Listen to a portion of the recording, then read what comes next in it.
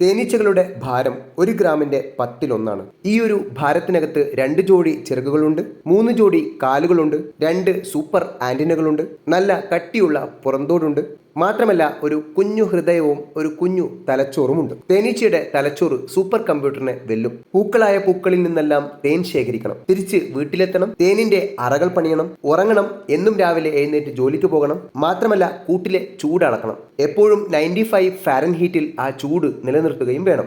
നമുക്കറിയാവുന്നതുപോലെ തേൻ ഫ്രിഡ്ജിൽ വെച്ചാൽ ക്രിസ്റ്റലായി പോകുമല്ലോ. പക്ഷേ ഏത് തണുത്ത കാലാവസ്ഥയിലും ഏത് ചൂടുള്ള കാലാവസ്ഥയിലും തേനീച്ചക്കൂട്ടിലെ തേൻ അങ്ങനെ തന്നെ നിലനിൽക്കും. നല്ല തണുത്ത കാലാവസ്ഥയിൽ തേനീച്ചകൾ കൂട്ടം കൂടി നിന്ന് ചൂട് കൂട്ടും. ഇനി പുറമെ ചൂട് കൂടിയാൽ വെള്ളം കൊണ്ടുവന്ന് കൂട്ടിലേക്ക് ഒഴിച്ച് അവിടെ ബാഷ്പീകരണം നടത്തി AC ആക്കും. ഇതൊക്കെ ചെയ്യാനുള്ള തലച്ചോറ് ആ 10-1 ഗ്രാം ഭാരത്തിനകത്തുള്ള തലച്ചോറാണ്. അത് പ്രവർത്തിക്കാൻ വേണ്ട രക്തം പമ്പ് ചെയ്യുന്നത് തേനീച്ചയുടെ കുഞ്ഞ് ഹൃദയമാണ്. പക്ഷേ നമ്മളെപ്പോലെ ധമനികളും സിരകളും ലോമികകളും അവർക്കില്ല. പകരം എല്ലാ ഭാഗത്തും ഒഴുകുന്ന ഒരു ഒഴുക്കുള്ള രക്തപ്രവാഹമാണ്. ബ്ലഡ് വെസൽസ് ഒന്നുമില്ലാത്ത രക്തപ്രവാഹം എന്ന് വേണമെങ്കിൽ നമുക്കതിനെ വിളിക്കാം.